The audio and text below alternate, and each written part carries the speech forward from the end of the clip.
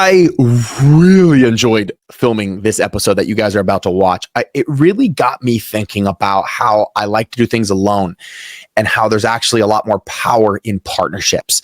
We're going to bring on a dynamic duo for you guys today, Ryan and Cory. Together, they have over 70 rental properties. I think they're plus 75 rental units right now in different forms that they've got these properties. And they really just talk about their journey. They talk about the power of one, the power of getting your first rental property. So this episode is 100% for you. If you're either like on that fence, you're getting going, you want to get that first rental property, this will give you the nuggets, the wisdom, the inspiration to really get the ball moving and create momentum in your life around real estate and financial freedom.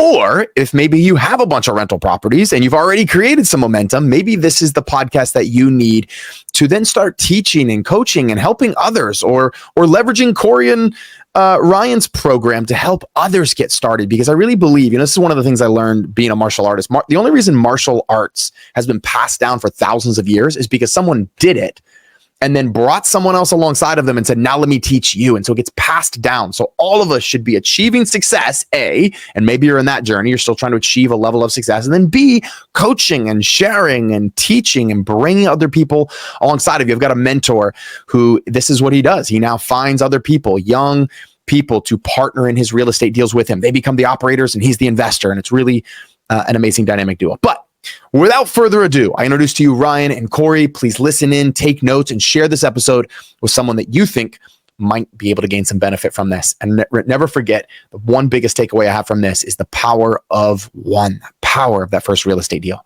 Now listen in.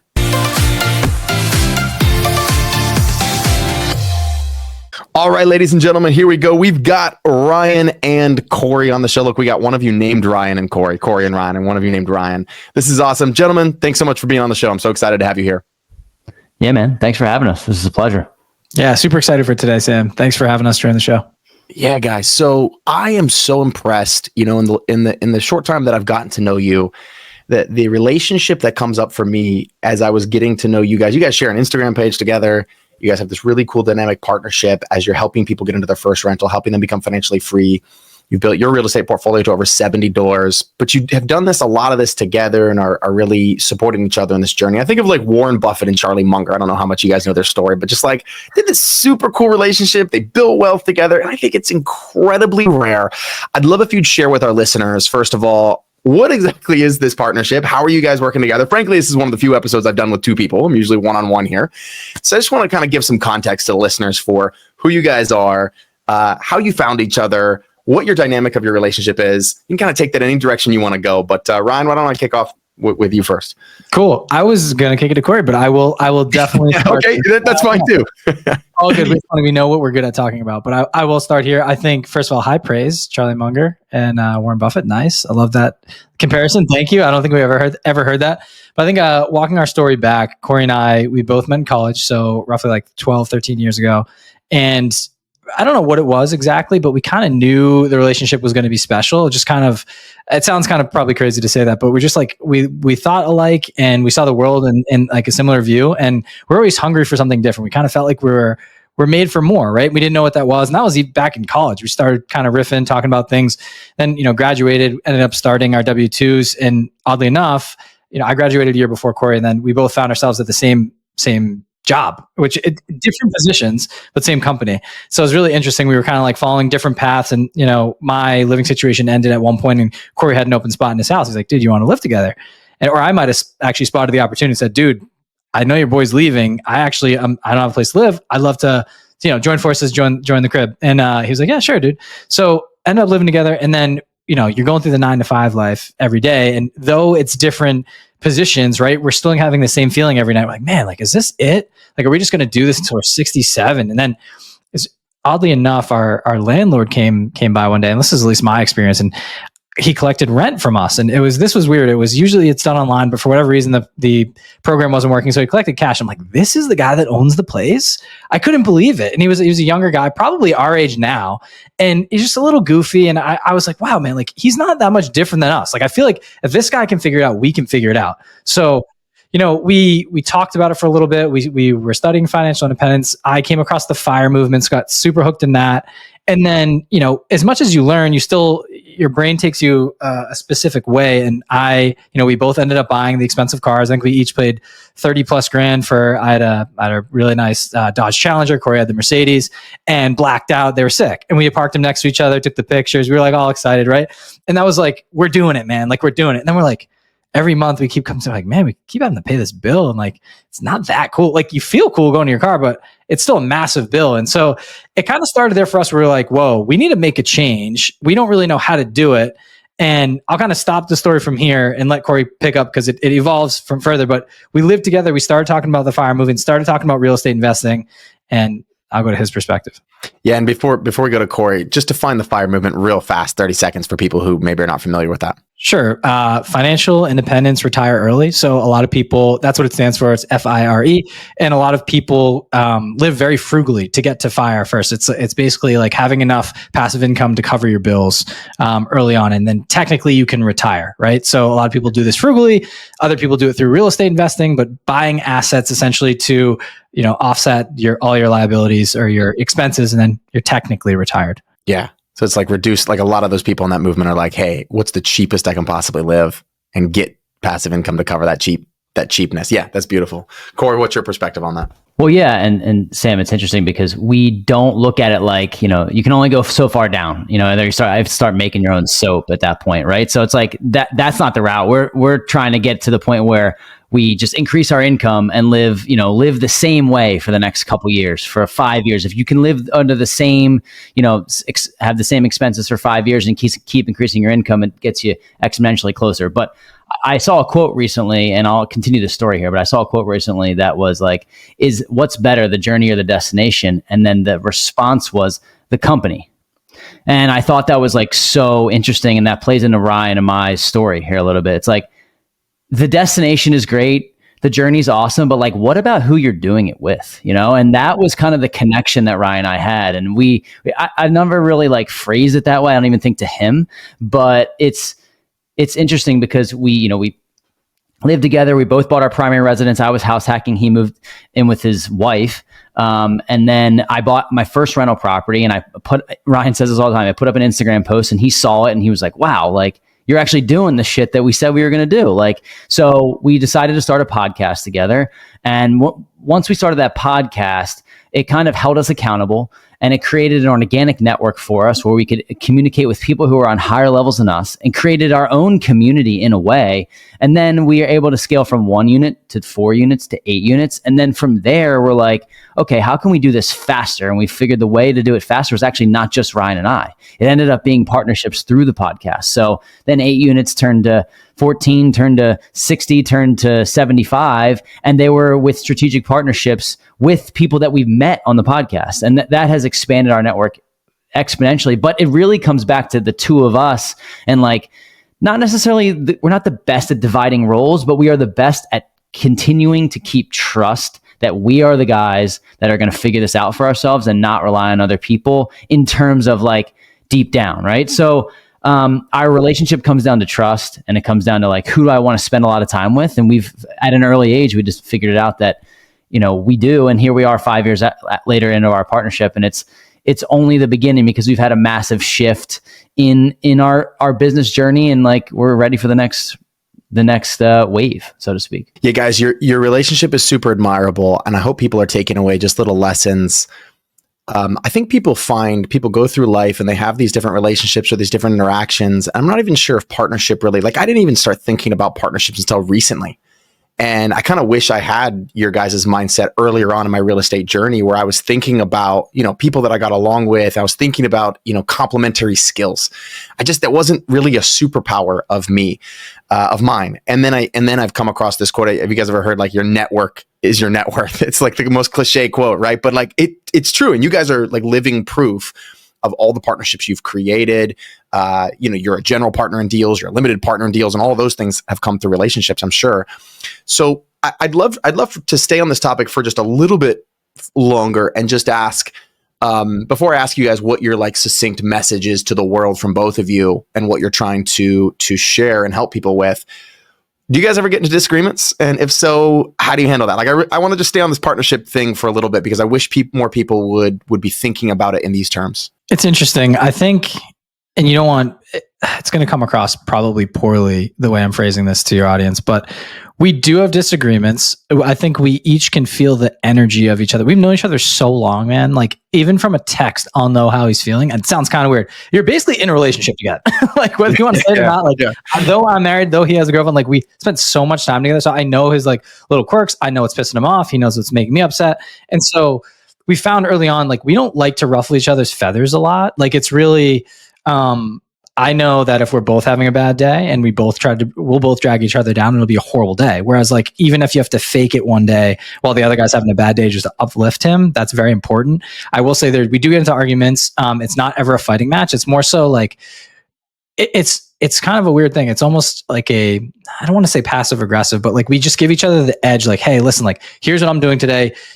Are you following up on what you said you were going to do, kind of thing? And like, or just like a subtle reminder, be like, okay, you got Monday, Tuesday, Wednesday posts. I got Thursday, Friday, but I have Tuesday, Thursday, but what's up with the post today, kind of thing. Like, just little nudges. And I think we're at the point where it's hard for me to remember back in the beginning a little bit, because right now we're so in tuned and dialed with it that it's like, I know anything I do impacts him and vice versa. So if we're not holding ourselves accountable, it's very difficult to hold the other person accountable, and then vice versa. Like, how can you hold yourself accountable if you're not holding Cory accountable? It's just an interesting thing. So we also had another partner in with the podcast early on, and it was the producer of the show. So it was kind of like a three-headed beast attacking the podcast, and then it evolved into Cory and Ryan building their real estate portfolio. So the argument things, I'll let Cory maybe answer his part of this, but there's never any like super bickering matches. We know it's all for the greater good, and we hold our relationship first and like family first. We're like, dude, at the end of the day, all this shit doesn't matter. And sorry, forgive me if I can't speak French here,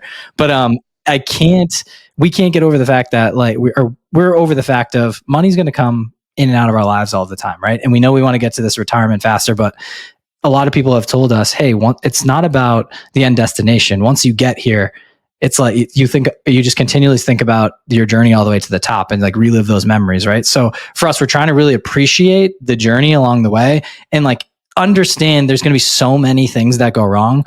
If you don't win, you learn. Excuse me. If you don't win, you learn. We don't say win or fail, because you never really fail if you just keep going. So I think a lot of this comes down to us trying to keep each other grounded and staying in the moment versus tweaking out about little tiny things where we know we're gonna get to that point, as long as we just kind of follow the small details along the way. But Cory, I don't know if I missed anything. No, I think that the only way you can find yourself a good partnership is to potentially have some that don't work out. You have to be okay with some of them not working out. And we've had our fair share of failed partnerships.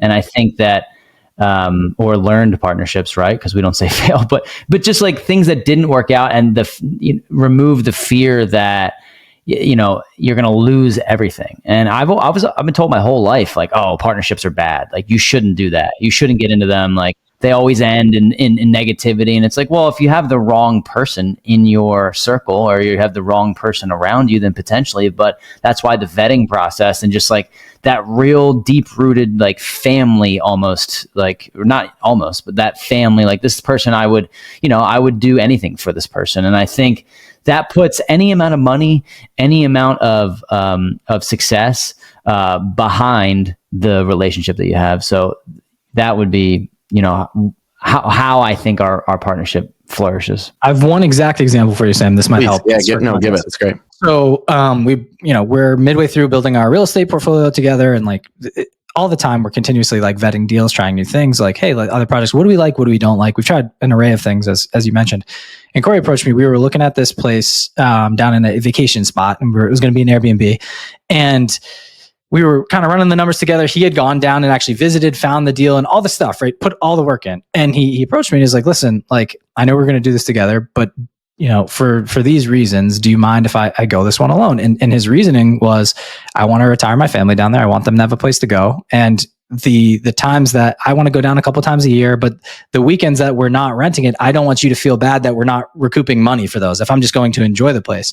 And it wasn't really about the money for me. It was the underlying him coming to me and saying, hey, listen, like I I will do this with you, but I'm asking you if you would mind if I do this alone. And it was rather than him just like sneaking and doing it and being, and I'm finding out he's got something under contract. I'm like, oh man, like that would hurt a lot. He approached it the perfect way. Though I wish I had the property with him, the fact that he has some place for him and his family to go, that's one example of like, I just said, dude, no worries at all. Like if that's part of your piece of your life that you're trying to craft and we're trying to build our lives, right? We're not trying to work every single day of our lives. You're trying to build your life around your job, not your job around your life. And so, or the other way around. So to that point, I was like, dude, Court, no worries, bro. Like absolutely go take it, go do it. And he's killing it. And I'm like pumped for him. And I know that asset is going to be an amazing piece for his Monopoly game that he's playing in his own life. So I say that to say not all the deals are going to be together. You have to be able to have those conversations.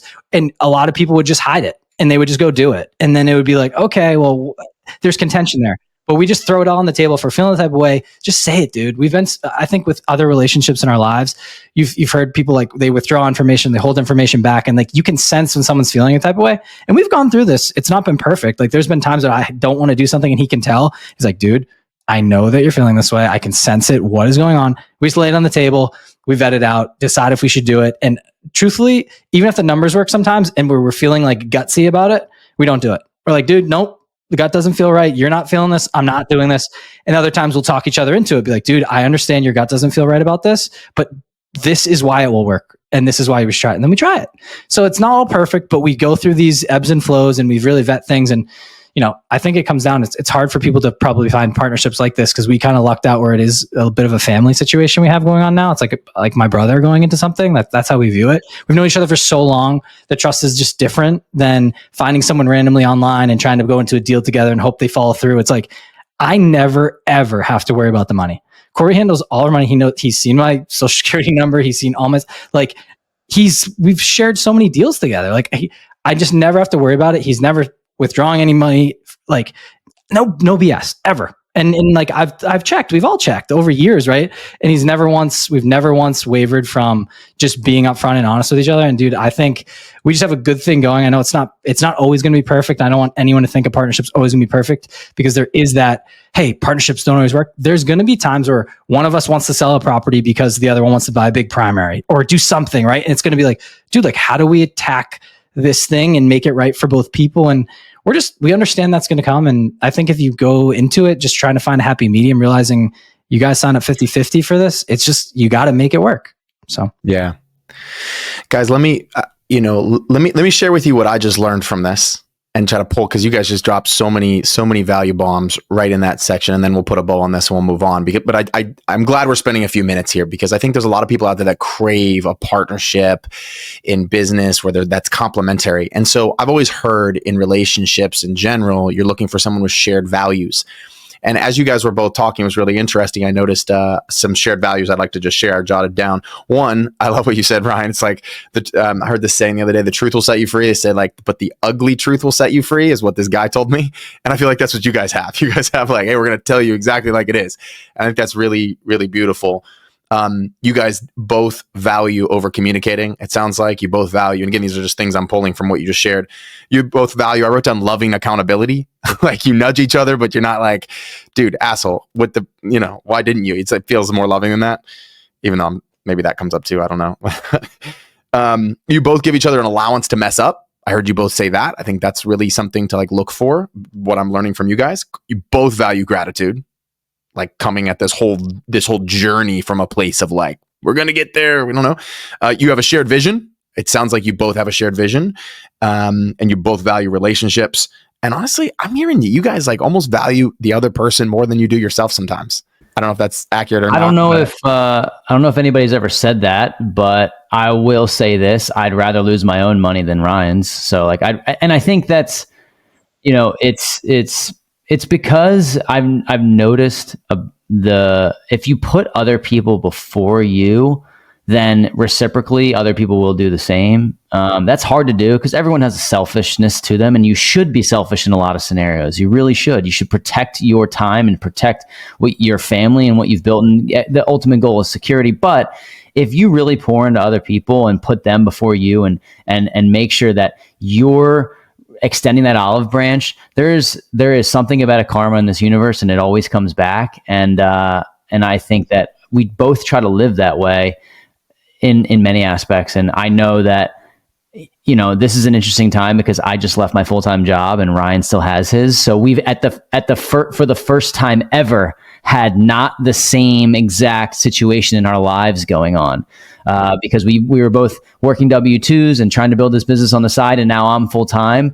And I think we just have a great understanding of I'm still putting him before anything else. There's many things that I'm doing alone and there's many things that he's doing long nights after work. And it's just, I think that's what makes us whatever level of success you'd like to call it.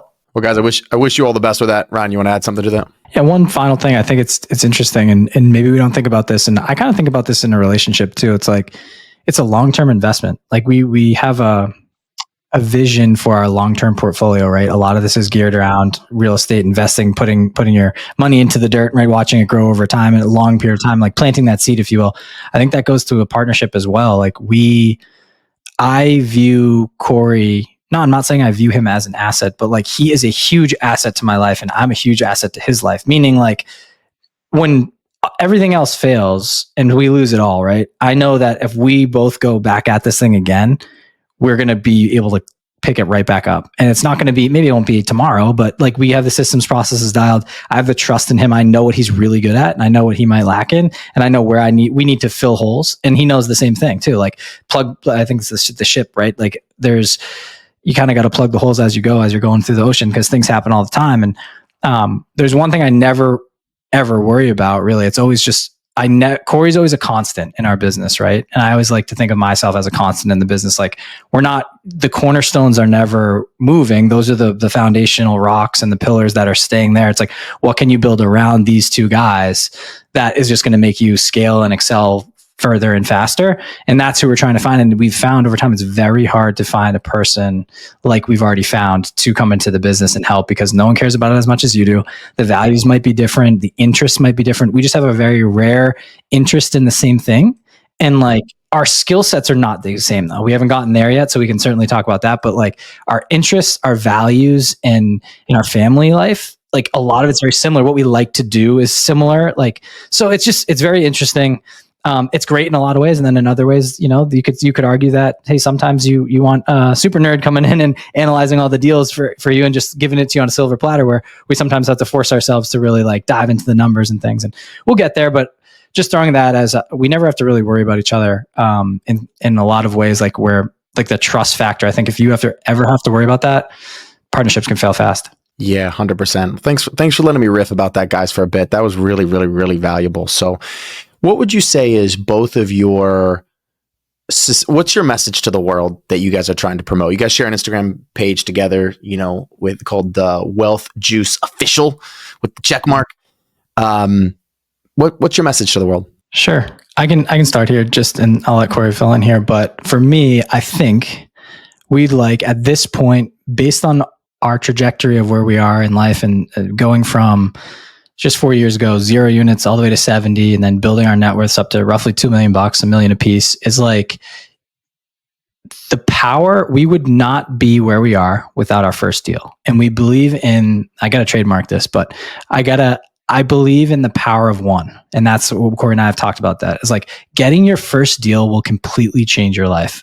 And it turned us from consumer, going out and buying the flashy, shiny things and just going to opening another world for us, where we've become investors. And our vision, it took, the cliche book that every real estate investor reads at one point in their life is Rich Dad, Poor Dad. But that mindset shift that you go through, once you start bringing that into real life and you actually try it and you start buying those assets that actually give you cash flow on a monthly basis, you're whoa, there's a totally different side of the world and vision of what my future could be out there. And I would never know, because school taught me to become an employee. They didn't teach me how to become a business owner or an entrepreneur. We had to teach ourselves. We had to go read. We had to go listen to the podcast. And we had to pick apart all the information we heard from successful people and try to synthesize it and build our own roadmap and get there. And I think we've done a good job of that. It's an ever-changing thing, but our message to people today is the power of one. Get your first deal. It is going to completely change your life, and it's going to open more doors than you could ever imagine and give you the confidence in yourself to go take down other deals and try other things. And so for us, that has been the cornerstone message that we've been, sharing with our friends, family, community for a while. One of the things that I want to hear, Cory, I want to hear your thoughts on this. One of the things I preach a lot is that just really relates to everything you just shared, Ryan. That's so beautiful is momentum is everything. Like, you have a huge rock. The hardest part is getting it going. And then once it's got movement, you just adjusting is way easier than actually getting it moving in the first place. So I wish people understood more the power of momentum. And you guys are taking on, what I hear when you say the power of one is like, you get going. Like, let's start the journey. Not the perfect one, just getting the first one. That's awesome, man. Yeah. Get 85% of the way there and just take action. Like that's really where it is. And a lot of people just get into analysis paralysis and just keep analyzing deals, keep reading, they find another strategy, right? And it's just like, you're drinking out of a fire hose and you're like, whoa, I don't know where to start. They get stuck. For us, we're just like, and I credit this to Cory. And this goes back to the beginning of our story, and we'll tie it up here and he can go. It's like when I saw him, we talked about buying the investment properties, right? We always had a deal that we were like, we're going to get one by this point. I bought my primary residence. He bought his primary. He turned his primary into a house hack. And then I just see this picture of Cory with a finger in the air, just a one, in front of this like little tiny place in Jersey. And I'm like, what is that? And I read the caption. He's like, I got my first investment property. I did it. On to the next. And I DM'd him right away. I was like, dude, you did it. Like, you dog. Like, this was after we stopped living together for like a year, and I was getting settled, got married and all that. And he was just, moved to that direction. I'm like, he did it. Like, he said what he was going to do, and he followed the promise that he made to himself and us. So I'm like, I'm in. What are we doing? Let's go. And so then he took the reins from there. He's very good quick start. And he just like, I have to analyze things over and over and over. And like, dude, we could do this. He goes, dude, shut up. We're doing this. Let's go. Let's start. I'm like, okay. So that's where it started. Yeah. And the only thing I would add to that is, it's funny you say that, because we don't really look at each other like I'm the visionary and Ryan's the integrator, but it has kind of adopted along that, because it's kind of my idea to or not my idea, but like I was the first one to get into the investing game on that side. And then I was like, let's start a podcast, and Ryan's always game. And like, he's the one who's like figuring the stuff out that I'm not good at. Right. So it's like, we kind of have adopted that a little bit. I do think that the only other message I would say is that, and it kind of goes back to what I was saying earlier, is that if you can pour into other people and you can build community around something you love or something that you do, your life is going to be much better lived. And this isn't about I hate to say something like it's not about the money, because the money really does matter, Sam, but it's about the optionality to do what you love or what you really like doing with your days. To me, I have no interest in making $1 million a month, or whatever it is, $500,000 a month selling insurance. It doesn't light me up. I don't want to do it. You couldn't offer me the money to do it. So I think there are small circumstances where it's like, okay, I'll grind it out and do this thing for a couple years that I really don't like doing for a chance at a different life. But my thing is like, you put your message out in the universe, you build a community around that. And the community doesn't have to be like something that's like an online community like we're doing, but it's like, who are your teammates? Who are your people? And then you can wake up every day with a fire and then actually enjoy the hours spent doing all the things that you want to do in the pursuit of the money. But it can't just be about the money. If it is, I think you're going to find this innate emptiness at some point in your life. You're going to run into this wall of like, every single person that is a multimillionaire says it, that if you don't do what you love, it's like the money's just like, you have other problems, and it's not as glamorous as it looks. And we don't have the luxury of that perspective yet, right? So I'm only saying that because we're not multi-millionaires, but I've heard it over and over. And I'm like, why not start now? Why not think with that now before getting there and then having to turn around and be like, I built this whole empire that I don't even love. So yeah, that is, but you are living that, Cory, because earlier on in this podcast, you already said, hey, what's the journey of the destination? You said it's neither, it's the company, right? Yeah. So like, if that resonates with you, you're living that, saying, okay, there is a journey. Yes, there's goals. Yes, there's a shared vision, but I'm more interested in living, doing this with people that I enjoy and that I'm having fun with. So I think just, you're teaching a principle. I think that's a beautiful principle that I hope people write down,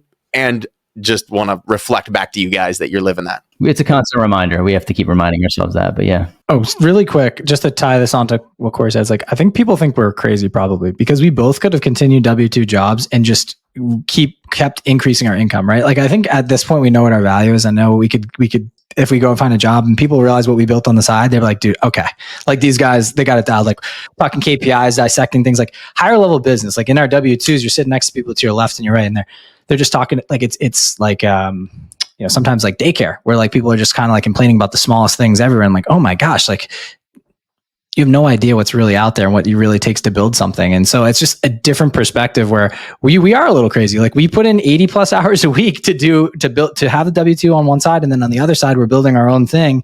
But to Cory's point, there's purpose behind it. And I think that's what excites us to wake up every day. And it doesn't really feel like, I don't feel like I'm putting in 80 hours a week. Some weeks I do when it's like some like menial task where I'm like, oh, like this one's brutal, but to know it's driving this ship, like the whole thing further to do these tasks, it's like, wow, it's exciting. And then when you see a couple deals come to fruition, like, whoa, that's why you do it. And like we can get into the real estate side of things too, but like we had a couple big boy deals and we're like, whoa, dude, how long would that have taken us to get there in our W-2 job? And like, we started putting the numbers out and like, well, get a couple of these, we're going to be good. And a lot of our stuff's like, we have a lot of money in the ground right now. So these deals start refining, some get sold. Like we're going to be fine. Like we're very excited about that. And that's what we keep doing. We're like, dude, just shoot for the moon, put these things in the future, even if they're 5 to 7 year plans, or some of them are 30, we're going to be good. Our future selves will thank us. It's just balancing that future income with the now income to survive. And then make sure a lot of these are coming through where, the business becomes sustainable, where you can eventually kind of weave yourself out and start getting into more creative projects. Cause that's what we find that we like the most. So yeah, it's so interesting. I always think of every time I get a new property, I always think of, a lot of the properties I buy, I'll put on these 30-year fixed mortgages. And I'll think of what you just shared, Ryan, as far as like, I'm paying, even if this thing made $0 in profit for 30 years, I'm paying 30-year-old or self. And obviously, if you're younger and you're starting this journey younger, that's still a pretty young version of you, right? Like it's a decently young version of you. That property will be 2x, 3x what it's worth now, completely paid off just from debt pay down, which is one of the benefits of real estate. So it really is like a really cool way to like project out what you're going to be worth just by seeing what you would pay down in debt from these properties you guys are buying. That's really interesting. You guys posted something on your Instagram. You said the goal is to retire at 40 with cash flowing assets, not 65 with a pension. Start today. Rocket emoji. So what I want you both to kind of hit on, and we don't have to belabor this point because I do want to get into some strategies and how you guys think about real estate. I do want to get into that. But first, talk to us a little bit about new versus old. The old way to retire, probably what you guys were taught initially. It's really, I feel like retirement, the word, has changed dramatically in one generation. Literally from my parents to me. And I'm assuming you guys are in the same boat, but I want you to talk about, okay, what is the old vision? How applicable is that today to us? Is it still applicable for some people? And then what happens? What's this new vision? I'm actually curious, like how you guys really latched on to that new vision as well. I can go here a little bit. I think this is out of necessity in a way, Sam. For example, the way my parents, invention, right? Yeah, the way my parents grew up, or our parents, is you could work and one of you work, maybe if it's the male, it's a female, it doesn't really matter. Like one part of the relationship works and the other one raises the kids, and you make money and you put it in a 401k, you buy a house, you have a dog and 2.5 kids in a yard. And that works. Take a fence, right? Yeah. And that worked before the world changed. Y2K, internet, inflation. There's always changes. It's not an excuse, right? It's just like the world has shifted. And I think, unfortunately, if you're not investing, maybe you could still, if you have a high paying job, you can still take that route. There's nothing wrong with that if you enjoy what you do and you want to take that route. But I think that it's a lot harder to do. It's a lot harder to buy real estate than it used to be. It's a lot harder to get, the housing market's crazy. The way we look at it is like, you only have one shot at this whole thing. Why would you not at some level put your chips in and say, I'm going to try to do this unconventionally to what I was taught? Because to me, we have a little bit of a freedom already. We're not fully financially free. We still have to make money. We have a little bit of freedom. It's like, I can go here on a Tuesday. I can go to the gym. I can take a trip. I can do these things. And it's like, I take gratitude around that and having this, living the life that you want to live along the way, as opposed to getting to 65 and thinking, this is it. I made it to retirement. And then, unfortunately you could get sick in a year, or you could, at any point something negative could happen. So there is a finite balance of building the assets and thinking about the future and thinking about 30 years from now, Sam, and having that money paid down, and also taking it and saying, I want to live as much as I can within my means, smart, do the right things, make the right investments, and do it now so that I don't have to feel like I have to wait to celebrate my existence when I'm 65 years old. So there is a little bit of a shift from old to new. And when we say retire at 40, funny, we're approaching that in 8 years or so, 7 years. I think we don't mean stop working, right? We just mean living a life of optionality and doing what you want, when you want, with who you want. And we don't have to be billionaires to do that. So that's kind of where the thought process comes from. And Rye, if you have more to add, great. Beautiful. Yeah, I think you hit it on the head, and you mentioned the optionality. I think at that point, by the time we get to 40, well, when you become so good at something, and I'm not saying we're there yet, but I think what we found is there's a lot of people, high level people that are making tons of money, and they just figured out the game, right? Once you get to that level, it's very hard to just say, okay, I'm good, I'm going to retire now. It becomes a game, and you become like a little bit addicted to it. And like that gives you the rush, right? A lot of these people, they could retire at 40, but they're like, I'm going to keep grinding. I'm going to keep going because it's the next mountain peak, right? The fall summits. And they're like, well, if I did this, I could potentially do this. And that's what the cycle, it kind of keeps you going, right? It keeps that drive, but then also at some point you need to check yourself and be like, well, when is enough as enough, right? Like, you kind of have to construct your life as you construct a business in a way. And that sounds kind of weird, but it's like, how are you built? Like, what do you want out of life? If you've built the business, you made all this money and you have money coming in, it's like, okay, now what gets your juices flowing? Do you want to be able to just work out when you want to work out during the day? You say you want to spend more time with family, but what does that look like? So you have to really architect what you want your life to look like. Do you want to be traveling all the time? What do you want to see? What have you not done? And like, then you can challenge yourself. I think a lot of it, I told Cory, this was like just a funny one way back in the day. I was like, dude, when we become millionaires, I'm maybe just going to go take a couple acting classes, just like try it out. Like just put myself in like a different uncomfortable position, right? Because I was like, dude, I would love to be on a TV show or love it to be on the movies. Then I thought about it more. I'm like, dude, all these people infiltrating your lives, and I see all these celebrities. I'm like, I actually don't want that. But it would be cool to just put yourself out there and you get a taste of it when you go through certain things. And I was just a fun thing for me. And I was like, Cory, I might do some improv classes, things like that. And he's like, dude, just do it now. Like, why would you wait? Like, you don't need the money. Like, go do while you're doing this. I'm like, yeah, it makes sense.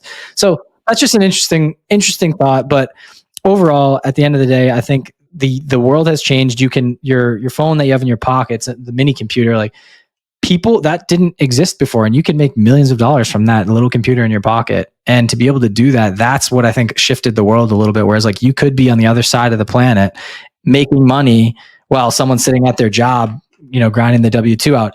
And I also think I want to tie this back to gratitude as the last thing that I mentioned on this topic, but like you brought that up, and I guess through us vocalizing it too, I didn't even realize how much we do value gratitude. And I think a lot of it is like, we see people that are doing things that are so difficult on a daily basis. Like we have a lot of like family members or friends that are blue collar workers, and to know they get up and go every day, get up at 6, they're out in the cold, no matter what, cold, hot, whatever the weather is, grinding. Like they could be doing paving, they could be construction workers, they could be electricians, like things with their hands all day. And I see their bodies break down over time. And I'm like, and I have friends that have done this right out of school, right? Or maybe they didn't go to school. And Cory and I are like, still like limber, we're ready to go. Like we're using our brain all day, right? And we're working out.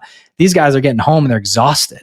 And then sprinkle a couple kids on top of that, sprinkle your health on top of that. Like, I'm like, oh my God, it's so much harder. Like we picked the right thing. It could be so much worse. So it's trying to find the balance and like live in the moment, be where your feet are, but also still strive for something better, because you need that carrot. You need to be chasing something, or else what are you doing? Like you get into the lazy cycle. And so it's just a lot of different things, balancing health, wealth, your social life, your family life. It's all a struggle in some way, and everyone's struggling in different ways. Like, but you do have we realize we do have a leg up on a lot of people in certain things. So it's like, appreciate that. And we can't complain about what we've, kind of gone through. I did construction for my first like few working years, so like from 14 years old to 17, and I can 100% relate with like, you're out at 5:30, you're building that house. Like it could be snowing, you're still building the house. It's raining, you're still like, you're doing like, otherwise you don't get paid. Like you get up and you go. So I'm just so impressed with your guys' balanced perspective on life. Like you guys are definitely grinders. You're definitely hustlers. You've got a shared vision that you're moving towards fast. And yet I'm very impressed with how you can find time to say, yeah, I think I will take some acting classes, or just find time to live that balance. It's amazing. One of my favorite quotes comes from this guy who wrote a book called Think and Grow Rich, is Napoleon Hill. And he said, desire is the starting point of all achievement. And I think we've already kind of touched on this a lot, honestly, in your story up until this point, of just like how you guys kind of built up some dissatisfaction. You got these cars, you got these payments, you realized like, hey, there's got to be a better way. But would you guys agree? Like, I just wanted your opinion on that statement, actually, each of you, of like, if you were coaching, I'm trying to like put myself in the audience's shoes, maybe someone who hasn't taken action yet. Maybe they're hearing me talk a lot about co-living, or hearing you guys talk about your get out of your W-2s. Like, I want to kind of like transition this to like, where does it start? Like, where does it start and how? And you guys have spent also a lot of time studying all these different strategies, and like, okay, and you guys are coaching people now through this, right? And to their first property. So I'm kind of asking a couple of different questions. But maybe first, do you think it starts with desire? Like, or what Napoleon Hill, the author, would say, like a burning desire? Is that where you would say it needs to start for someone, or no? Can I ask you a question on that? Are you talking specifically about some like the engine that drives people, like the chip on their shoulder, or are you talking about just like starting your journey of investing? And I just want to make sure I answer correctly. Yeah, I think I'm specifically asking about like getting out of what maybe we would call the rat race, or your W-2, like that like journey that has to start somewhere, right? Going into like this new retirement versus this old model that people have been taught for their whole lives. Sure. I don't know if it's going to take a moment. For everyone's going to have a different piece in their journey, right? Maybe you get let go of your job, and or your friend gets let go of their job, and you realize, whoa, like we only had one income stream. If you lose that, you're screwed. You got to go find another one. You might have to move. You might have to start over. I think for us, it was just really, you look around and you see the really big houses as you're driving through neighborhoods, and you see these fancy cars. You see people at the top of their game. You're watching the NBA, you're watching the NFL, and like, there's other people out there doing it. And why not me? And so I think that frames it there. Like, it's the starting point. When you realize every person is just a human, there's no different situation. Maybe some people are gifted a little bit more with their body type or something like that to make them fit a mold for something that they could go into. They still have to work really hard for that, because there's a lot of other people that might have that body type, but they didn't have that desire to get there. And so I don't know, this might just be for me, and people who disagree with this and probably don't like this, but growing up, two people that I looked up to. One was my dad. He had he ran a construction company and still does, but he always taught me, he's like, dude, you're always going to want to work for yourself at some capacity, because you're going to be capped on what your true potential is by going and checking in for someone else. Like, since then, things have sort of changed as the world has changed. And he's like, dude, that's a great job you got there, man. Like, he's realizing how hard it is to maintain this for 60 years. Right. But I will say he instilled in a young age. He's like, I had a job at 14, and I had jobs ever since. I was landscaping, I was doing construction. I was the guy out grinding those hours that I mentioned to you. And I was like, I can't do this forever. Like, I can't. So, I start there, and then I looked up to my dad. And then on Sundays, I grew up in New England. We're watching Tom Brady every Sunday. And I know that people are like, oh, I'm not a big fan of Tom Brady. I don't like what he stands for, whatever, like lost the family and all this. But that guy showed me so many different times you can come back from being down 28-3, losing ACL injury. There's so many things not going right. Drafted 199. And I got to every Sunday had this, like, I had to watch him. I became obsessed, dude. And I studied everything he did. And I'm like, oh my God, like he wasn't supposed to make it. He was the seventh quarterback in Michigan. He worked his way up. It's like, how did he figure it out? He wanted it more than anyone else. And then he pivoted his body. He pivoted his brain. He just cleared distractions. So I took all that and put it into my life. I'm like, this guy could do it. It might have taken me a while to realize that and to understand and like build my roadmap. But once I realized other people were just people and they got to their game, I'm like, I have a short amount of time here. I don't know what I'm going to leave this earth, right? And like I just feel like I'm meant for more. So you kind of have to force the envelope at some time. You got to take your shot and do and take the risk. And I don't say go quit your job, but for us, like seeing, having the conversation with Cory, I realized like he got his property, right? And like I had the primary residence, that was cool, but it wasn't bringing me any extra income. And I was like, dude, he just took the leap and did it. I got to stop overanalyzing. I just like got over to Cory's house and I was like, dude, let's just map this out. Let's try another one. Let's do one together, see if it works. And it did. And that, of course, things don't always go the right way. We had to deal with that house later burned down. We had to figure that out. So like that's an investment property. But I'm saying we've learned to pivot. And I think we both have this internal drive. I don't know what it relates back to. I think some of it is from maybe how you grew up and maybe situations you've been through in your life, and everybody has that little moment where they're like, someone doesn't believe in you and you get pissed off and you always like, I'm going to prove you wrong, and keeping that chip. And I just remind myself of the chip every day. It's like Brady has 7 Super Bowl rings, but he still doesn't feel like it was enough. And like, he knows he wants to be the best version of himself. And I know that's tough to argue with someone that like, well, you lose he picked the game over his family, right? And that's tough, but he knew he was put on this earth for something specific, and he found it, and he wanted to be the best that he could possibly be.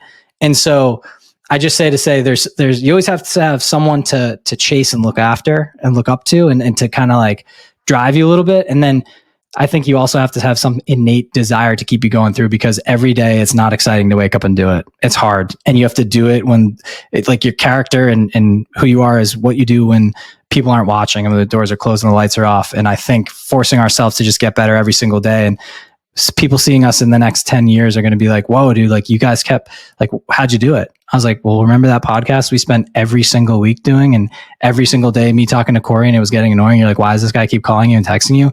That's why we did it. We did it day in and day out, and we forced ourselves to do it. Like we made it happen. It does. My answer to you is no one's going to come save you. I'm bringing it back to your initial question. We realized enough was enough. No one was going to come save us. We were going to turn, we weren't even 30 yet, but we realized we'd be 40 and 50 before we knew it. And we would have no properties unless we, Ryan and Cory, went and did it. And that you just have to go take action. I got nothing after that. Mic drop. Yeah, that's good. Well, guys, yeah, thank you for that, Ryan. That was amazing, man. I want to talk strategy a little bit. I want to talk about how does someone get into their first rental property?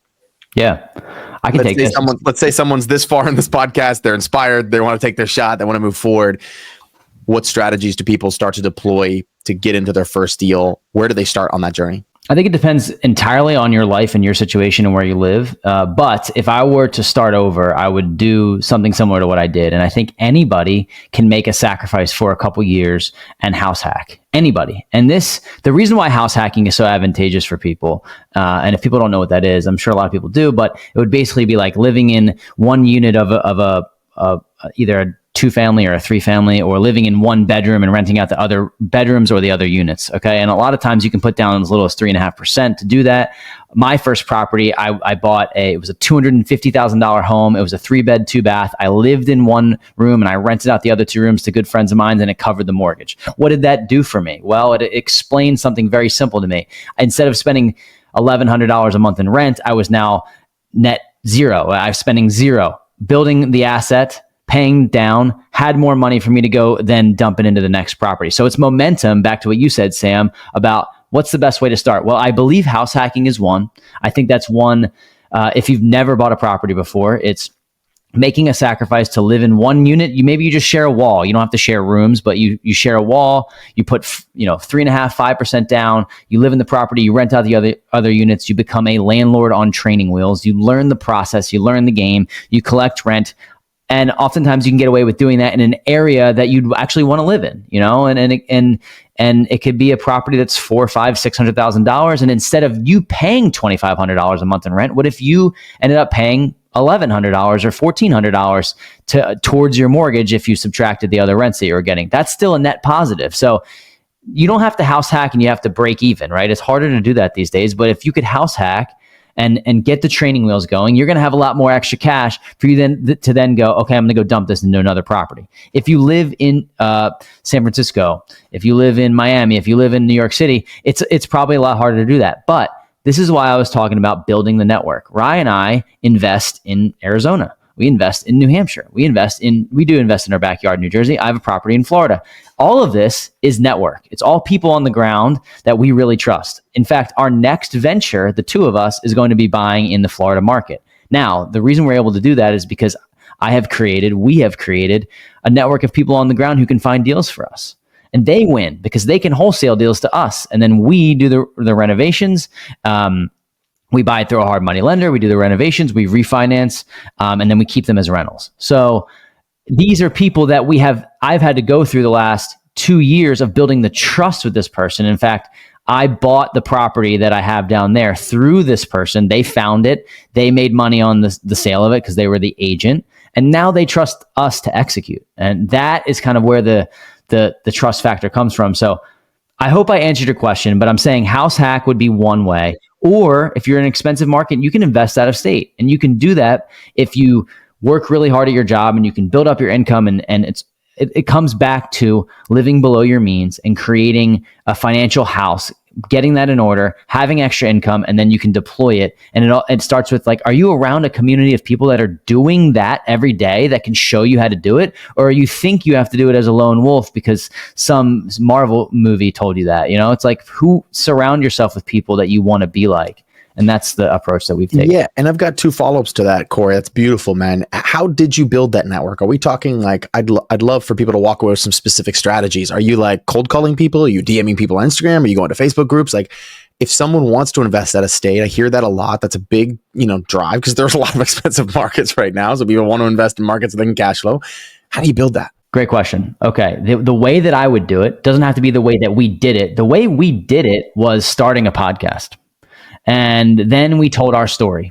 And Ryan, his first question to me is like, is anyone going to listen to us, dude? We have 3 properties. And I'm like, well, I think that people latch on to the person who's authentic, who wants to show you, let's grow together, as opposed to, hey, I built 1,000 units in 2004. This is how I did it. Well, good luck because it's 2024 now, right? So we started the podcast and we were able to grow organically. The first person to take a chance on us was Chad Carson. He came on our show. And then there was proof of concept and more people started to come on our show. We show value to them. Every single time we have a guest on, we're saying, how can we help you? Right? That's the number one thing. How can we help you? Not cold calling people. That was the way for us to get in rooms with people that we technically didn't deserve to be in rooms with. So that's one way. Now it's so much easier. Now there are online communities of people that you can build your own community with. And this is a quick plug. We have a community teaching people how to buy their first or next rental property in the next 3 to 6 months. And then you're in the room with us. And then you're in the room with the people that we know. And then from there, if you're giving value, you're getting value. And before you know it, you're the average of the 5 people you spend the most time with, and you become the person that is a couple steps ahead of you in due time. So I would say join a community. Pay the money. It doesn't have to be ours. But spend the time and effort and research and join a community and get yourself in the rooms with people who have done what you are looking to do. And it's never been easier. The world is flat. And Ryan said this to me the other day. He's like, when you say the world is flat, do you mean like you're a conspiracy theorist and the world's flat? I'm like, no, the internet makes the world flat. Like you can do this in any... Sam, you're in... I'm stealing that. I'm in Charlotte, yeah. You're in Charlotte, right? Yeah. And we're in Philadelphia, and we're having a conversation as if we're in the same room together. And we've already built a relationship that I'm excited to see flourish and go to the next stage, whatever that means. We've introduced you to somebody. You're going to introduce us to someone. Like, look at that reciprocal... What the answer to your question is, do what we do right now. Like, and you don't have to start your own podcast, but get in the rooms with people, and that can be virtually. My second follow-up to that, before I go to you, Ryan, is you mentioned living below your means and just how important that is. And a term that I've become more and more familiar with as I've watched friends and even myself is lifestyle creep. I did my personal expenses. The other day for the first time in probably like a year, because someone was like, you really need to get a better handle on that. I was like, yeah, I'm making plenty of money. I'm good. And I was like, holy crap, I'm spending way more money than I thought I was. So how do you coach people through when they're living above their means?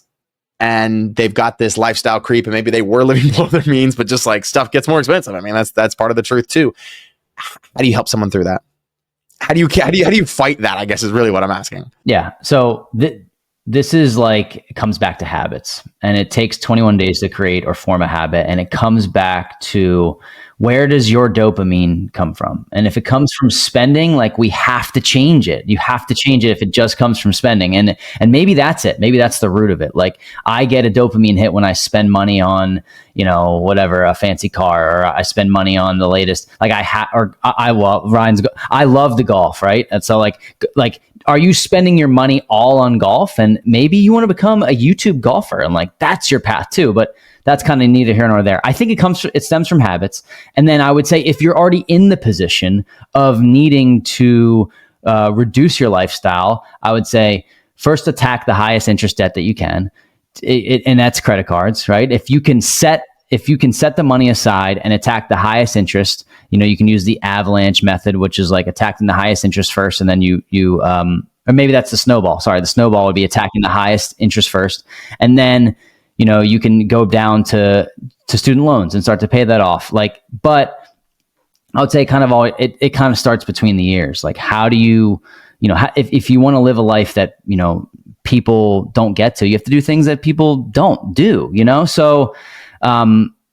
That would be the one way to start to get your financial house in order. And then I use an app called Monarch, and Monarch is great. It's like it's basically like, if people know what Mint is, it's like a full net worth budgeting tracker all in one. And I was listening to Alex Hormozy the other day, and he says you should be looking at your bank accounts every day. And I thought that was interesting because he's like, you need to know exactly where your money's going. To me, I thought that was overkill, because I look at it every day. And he's like, you should be looking at it every day, because you need to know where this money's going out. And if you understand what gets measured gets tracked, and what gets tracked gets done. I believe that's the quote. I might have butchered it, but you have to know where these things are going, and you can't play the I'll ignore it game. And if you do that, and then you live below your means, year, 2 years, you're going to have some money, and then you're going to be able to play the game. So that would be my recommendation. No, man, I think that's super solid. Ryan, I want to go to you, man. You made a post not too long ago specifically talking about using dual incomes. I think there's a lot of people out there with dual incomes. I saw a post recently. Someone posted on a Facebook page that I'm a part of, where they were like, hey, me and my wife make, and it was in some like between the two of them, I think they were making like $500,000, maybe more. But he was like, 45% of that immediately goes to taxes. And I was like, wow. Right. And then he kind of put all of his other expenses in there, and he wasn't making that much by the end of the day, by the time he lived his lifestyle. So anyway, you made this post about dual income. I think people are in this situation. Doesn't necessarily mean they're rich, but how would you mind sharing just a little bit about that post, how you think about dual income, maybe how you're using it? And then anything else you want to add to like the strategy to getting your first rental property and the power of one, as you guys say it? Sure. So I'll start here. I think you need to start by getting on the same page. Let's just call it dual incomes like a spouse, right? So like there's my wife and I, and getting on the same page early on, like when you first get into a relationship, you're not really sure. You kind of like are walking on eggshells. You're like, okay, like how is the money thing going to come up? And then eventually get engaged. And then as you get married, you're like, someone's going to have to handle the bills, right? Someone's going to have to kind of handle the household like finances. And if you try to attack things like you're both doing it, it kind of can get a little bit dicey where, like one person's watching one account and then the other person's watching another. For us, it's been really easy to just like, Ryan is the money guy. Like he's handling it. He's going to make sense of this, because she truly has no interest. And she trusts me to do the right thing, which is, it's another reason why I don't want to mess it up, right? Because the trust is put into you to do the right thing and invest in the right things. And so I'll start there, but getting on the same page and kind of like allocating the roles, right? Like who's going to be in charge of what. But when it comes down to dual incomes, right? You have two incomes coming in. For us, we were like, hey, listen, if you take care of the mortgage, I will take care of everything else. Meaning I will invest our money. I will find the new projects to go into, and I'll handle everything else. I mean, we do automatic bill pay and things like that. I manage all of our investment accounts. I manage our bank accounts and things like that. And so everyone has a different way of doing things, but to me, it keeps it simple because, we'll do like a monthly check-in, be like, okay, where we're at, how do you feel about this? And like, I'm not like giving her an allowance, right? Like she has her own money come in, I have my own money come in, we combo it, it's all dumped into one account, right? We share it. Then we also have our own separate accounts where it's like play money, where it's like, if she wants to go buy a dress or something like that. And like, she just, I'm not going to check her on that, right? Like it's her money. She's not going to check me on mine. And so I think it's healthy to have a little bit of separation there too, to be like, because anything that gets pulled out of that joint account that ends up becoming the investing account, you just kind of feel like you're pulling a little bit away from the future. So there's a lot to orchestrate there. I think it's person to person, and that's kind of what Cory and I talk about. We kind of help people get their house in order in our program. It's like, okay, where's the money coming in? Who's got what? How's it allocated? How are you investing? But truthfully, what we do is we set up automatic bill pay and then automatic investing. So like, I already know what I'm investing in without even doing it. Like I preset it, and then just the money that comes in, a piece of the pie, like X amount goes automatically to this. Some goes to the brokerage. We each do our 401ks. We have a real estate fund, and then we have a checking / savings account that's just like for the emergency fund. Then we have infinite banking on the side, or like whole life insurance, and there's a lot of different things. I might be forgetting a couple, but we have a lot of different intricate pieces, and I've been managing that for us for a long time. We also have a financial planner that comes in over the top and really helps me orchestrate this and helps me think in decades versus thinking in, daily or yearly terms. So it's building that team once again, right? Like it's still like, if you treat it like a business, it'll happen like a business. But if you just get really lax on your finances, Cory and I say the foundation starts here. If you don't have your financial house in order, you can't, in those habits, right? You can't get to the next level because you're constantly stuck in you're just paying your bills with the money that comes in. You're living paycheck to paycheck. You're never going to have that delta, that extra amount of cash that you need to dump into other things. So it's an entire game. What was the second part of your question? I don't know if I answered your question totally right. I really want to highlight though something you said about the automatic withdrawals, because if it's there, I don't know about you guys, but if it's in my account, it burns a hole in my pocket and I want to go spend it on something, right? And so if it's gone and I don't see it and it's getting invested, I have some whole life insurance policies too. I've had a couple of guests on this podcast to talk about that strategy, the infinite banking strategy, and like it's gone. It's just like you forget about it almost, but it's there. And it's building. I think real estate's the same way. I think that's I just want to highlight that because I think that's a huge, powerful strategy. And I was just one comment there. Yeah. You asked kind of like a how-to a little bit, Sam. So Ryan he came up with this idea the other day, and he actually did it with his wife. And because I think a lot of people are probably going to hear that and be like, "Great, sounds awesome," but I can't get my spouse on board. Like, they don't care. They don't want to do this stuff. And it's funny. We were interviewing basically somebody to come into our coaching program, and they ended up not joining. And the number one reason was like, well, me and my spouse are not on the same page. And our objection to that is, well, how about this? How about if you two are rowing the boat in the same direction, how about you read one book that they want you to read and they read one book that you want them to read? Vice versa. And Ryan did this with his wife, and his wife read Rich Dad, Poor Dad. And all it needs to do is just say, "Oh, I get it. This is why you're doing what you're doing." Yeah. And I think Ryan read like A Christmas Village or something. It's like, so yeah, perfect, right? But I think that's a good strategy to ask, your spouse, ask of your spouse, so that you can say, if you're not aligned, get aligned. And then that's one way to maybe help push the envelope a little bit. Yeah. She's just a bookworm, and I was like, how can I get her on the same page without her literally shutting her eyes and turning her brain off as I'm trying to explain this, butchering it early on in the process? Oh, passive income investing. She's like, what? We're still talking? So I was like, okay, let's do a little challenge here. You read one book that I want you to read. I'll read one book that you want to read. You can pick any book. And she's like, okay, because I knew for a fact she would read mine because she reads so many books in a year. And I was like, okay. Hand her that book, and then I, clawed my way through Christmas on Nantucket or whatever it's called. But it was fine. And I think it's just something, because I know people are listening and laughing. They're like, dude, that's a good idea. Just do it. And just have them read the book. It's not going to teach you how to do everything. It just, as Cory mentioned, it changes your mindset and understands, oh, that's why you want to do that. You're actually buying us more income. You're like putting the money to good use because you're putting your dollars to use, and your money's going to make money. Okay, I'm on board with that. And like, I get it now. And so there's also little plays in like Robert Kiyosaki talks about his wife, Kim, and like how they work together. And it's like, it frames it really well for both sides of the coin. So we've done that, and it's worked out. And I don't know, we always try to find ways to balance, like, okay, how do you get your spouse excited? Now it's come to the point where it's like, well, when there's a lot of money in the account, they're good. Like she's like, okay, we're good. Like, you figured it out. Well, that book worked, so like, And that's why I'm able to get away with doing the podcast so many nights a week and talking to Cory pretty much every night of the week. And like just things like that, where it's like we're building the life that we said we wanted to build, and it's coming to fruition.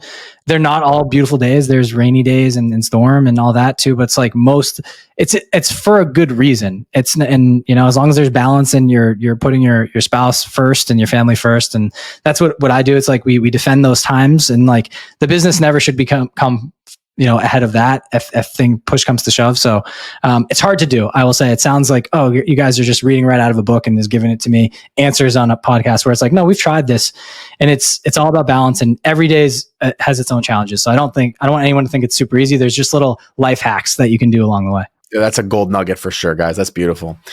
Well, guys, I've taken up so much of your time here. This has been really fun. I want to just end with, if both of you would just kind of give your advice for someone starting in the journey, just put a bow on it for people. I think maybe I'll throw this kind of like a little teaser out there. One of the last questions I wanted to ask you was just, there's so many thoughts and excuses, quite frankly, of what could get in people's way from going to no properties to the first one or the second one or the third one or whatever. It could be no money, no time. I don't know how. Money's not important. I've heard that one before. That was the one a bunch of my friends told me, money's not important. I'll just do all these other things. I don't know what strategy to use. If you just had to kind of give somebody a nugget as we end this here, and you guys have been so generous. Thank you for being on. So many gold nuggets. How would you help people get into action and get past all of those things that can just rumble around in your head and keep you in that analysis paralysis? I think it starts with clarity of what you actually want with your life. And if you don't want to build a real estate portfolio, then you shouldn't. But if you want more time freedom and more ability to do the things that you love, I think it's a great way to start. So an action step, and I've kind of already said this, but it's like, 1, get the clarity. 2, get around the people that have done what you're doing previously. So if you want to be a real estate investor, you got to put your message out there at some way. It's whether that's talking about it at family dinners, whether that's talking about it with people at work that might not go the way you want, whether it's talking about it with friends or talking about it online. The more you talk about it, people are going to associate you with that person and believe that you can become a real estate investor before you even do it. Then the next step would be either join a community, find people that have done what you're looking to do, that are not 10 steps ahead, but a couple steps ahead, and find the person who has 7 units. How did they do it, right? And then offer to do something for them for free. Figure out where there is some sort of hole in their life or their business and say, yeah, I'll make that website for you. Or I'll, my girlfriend's a graphic designer. I'll design a logo for you. No, don't worry. Don't worry about it. You don't have to pay me for it. Now you have created value in that person's life, and then the reciprocation effect will come into play at some point, and you are able to associate with somebody who's maybe a couple steps ahead of you without having to say, hey, can I pick your brain? Like, let's get coffee. That person may or may not want to. Maybe they do. That's great. But those would be the steps I would take. Is all about is getting in the right rooms.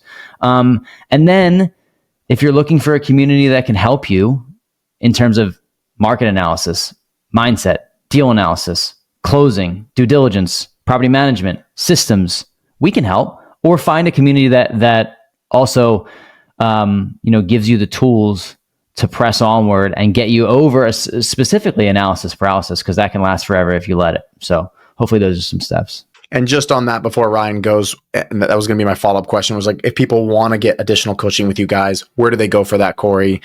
If they want to follow you, how do they find you guys? Yeah, the best way to get in touch with us is our Instagram at WealthJuiceOfficial, and shoot us a DM. So once you shoot us a DM, we'll send you over our Calendly link, and we'd love to chat with people who are interested in getting in the real estate game, or maybe they have 2 units or 3 units. We can really help you get from 2 to 5. Like that I know we can do. If you have 20, there's probably somebody else that's better off in getting you to 40 than us. But we have carved out a niche. That would be the best way for people to get in touch with us, I think, is Instagram.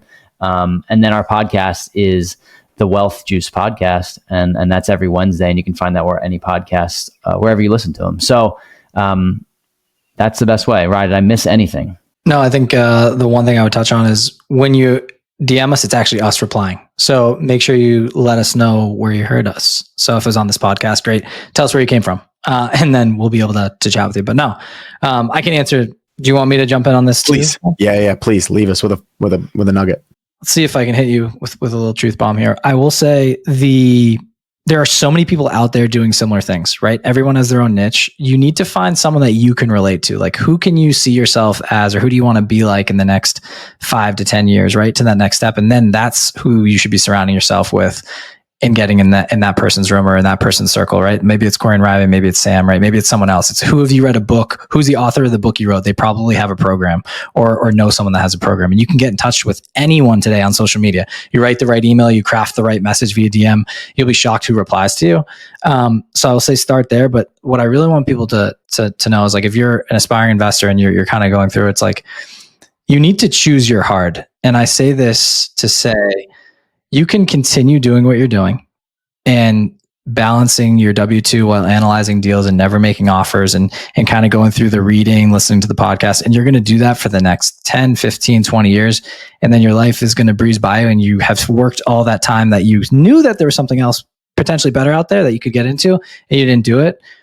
Or you could choose the heart of just sucking it up, taking action and making the offers, or finding someone that is going to help you feel confident enough to make the offers and getting you to the next stage. There's so many people out there that are successfully doing this.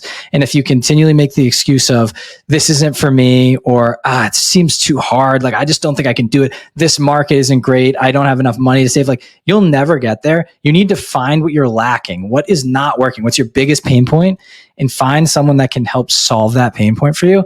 And then you go to the next pain point that you have, find another person to solve that pain point. It's a never ending cycle.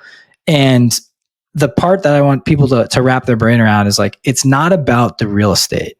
It's not about the money that comes associated with it. It's the person you become through the process.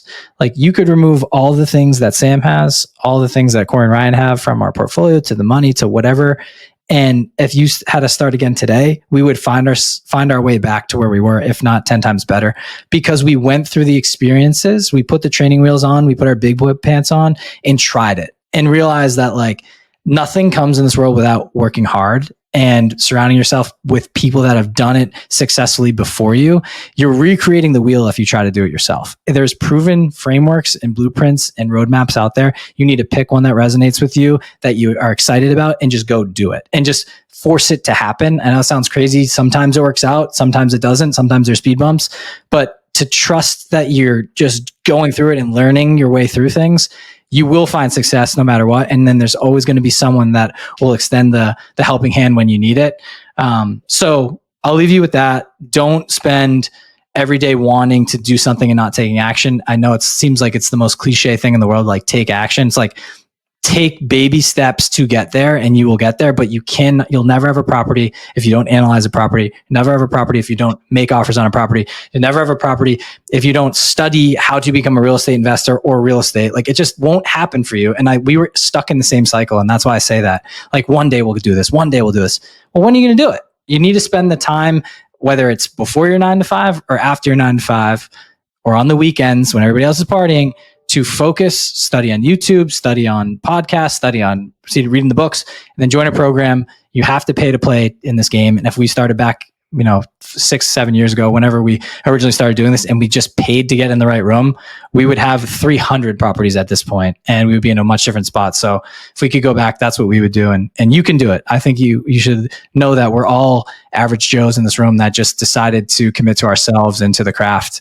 And that's why we've made it to where we've gotten to. And there's other people that are out there that are willing to help. So if we can do it, you can do it. Boom. I think you did good. That was awesome. Guys, thanks so much for your time, your energy, your generosity here on the show. I really appreciate it. We'll link all the notes, and we'll link the Wealth Juice Official, just Wealth Juice Official on Instagram. We'll link all that in the show notes. God bless you guys. Thanks for your time, and thanks for all the value. Thanks, Sam. Thank you so much, Sam. Guys, I'm so inspired by these two guys. I think they've got a Charlie Munger, Warren Buffett type energy as they work together. They're young, they're hustlers, they got great energy, and they're great people to have in your network. I really highly recommend go check them out, go check their coaching program out, and continue to check back into the Scale Your Real Estate podcast for more just great episodes on ways to be moving your real estate journey forward and achieving financial freedom and doing it while living an amazing life. God bless you guys. I'll see you on the next episode.